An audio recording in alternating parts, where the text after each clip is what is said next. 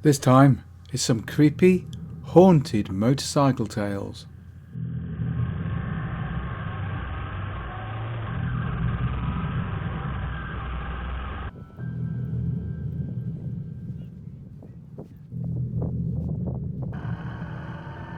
Our first tale takes place in Vietnam, where a motorcycle guide, a local guide, was leading a group of German tourists. Now, as it was nearing dark after a long day's riding, they happened upon what was quite an old ramshacked sort of guest house. When they got there, the place looked deserted, and the guide was just about to leave and find somewhere else when an old woman appeared and invited them in.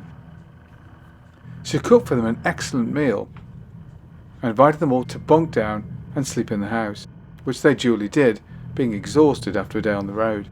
In the middle of the night, the guide, and only the guide, was woken up by a strange and eerie voice. He went outside to see where the voice had come from. Outside there was a young girl, dressed in a white gown. She was standing under a tree. First he thought she was laughing, or crying, he couldn't tell which. But as he got closer, it was obvious that she was indeed laughing. But she stared straight through him, and she took no notice of him whatsoever.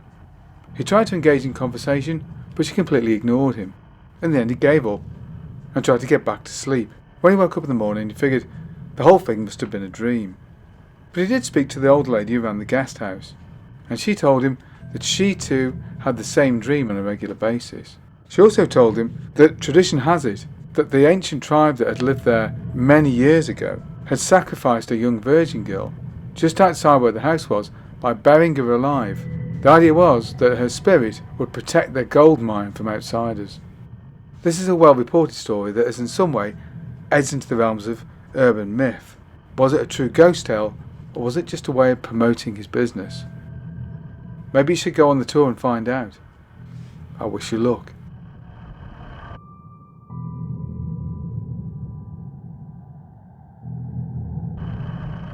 Now, our next tale actually does involve a ghostly motorcyclist.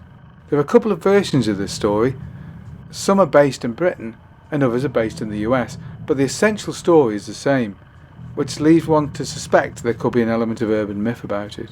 Nevertheless, the story goes that one time in the 1950s or the 1960s, it's unclear when, a young motorcyclist was riding to propose to his girlfriend, but he was so excited that he rode too quickly, lost control and crashed on a corner. The more gruesome version of the story says that he hit barbed wire fence and was in fact beheaded. The tale goes that determined to meet his fiancée, the rider still rides through the night. The lights of his machine can be seen in the distance, particularly on clear nights. It is said that if you park your car outside the house where the boy's girlfriend once lived and flash your lights, that you will see the lights of the motorcycle appear in the distance and then suddenly disappear at the point where he had his accident. I think this is a great tale. There is obviously an element of urban myth about it because there are so many different versions of it, but it's a great and spooky tale nonetheless. Wouldn't we all like to find out where the house is and park outside and just see what happens?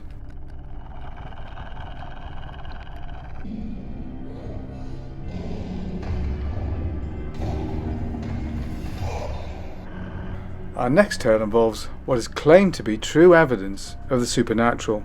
It is claimed that a picture taken by some supernatural investigators actually shows the skeletal spirit of a young lady motorcyclist. Now, the story behind this one does have some fact backing it up.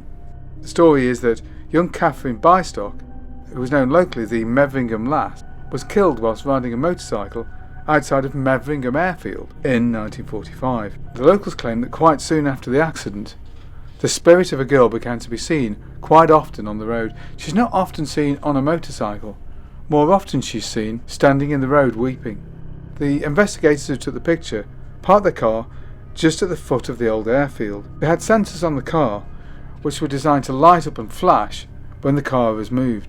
As the night got dark and cold, they decided to open the window and call out to see if anybody responded. They called out Catherine's name.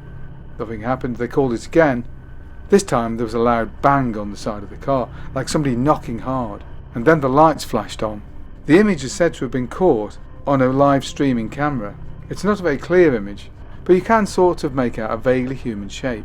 Whether this is a case of anthropomorphizing, in other words we're seeing some sort of image and then making it look like a human, or a true spirit, is anyone's guess. Nevertheless, many people do stand by their claims to have seen young Catherine in the middle of the road.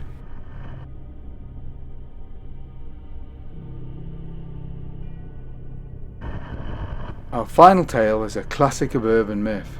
The version that I've heard certainly takes place in England, but who knows, there may be versions that are recounted elsewhere.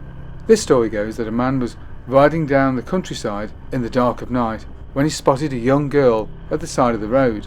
The girl was pretty and attractive, and the chap thought he'd offer her a ride, being the chivalrous sort as all motorcyclists are. The girl didn't speak at all, but she did nod her agreement and climbed aboard.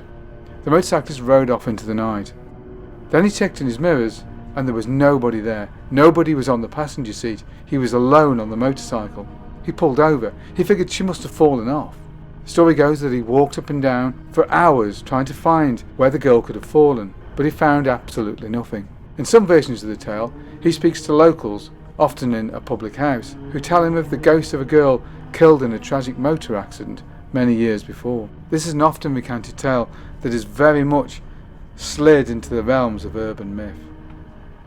But it is nevertheless a creepy one, and when you hear the story once, you can't help but check the back seat of your bike just to see if there's somebody there when you ride at night. Riding alone at night is indeed a creepy thing to do at times. Well, hope you enjoyed those creepy stories. If you did, don't forget to like and subscribe. And of course, thank you very much for watching. And perhaps we'll see you next time.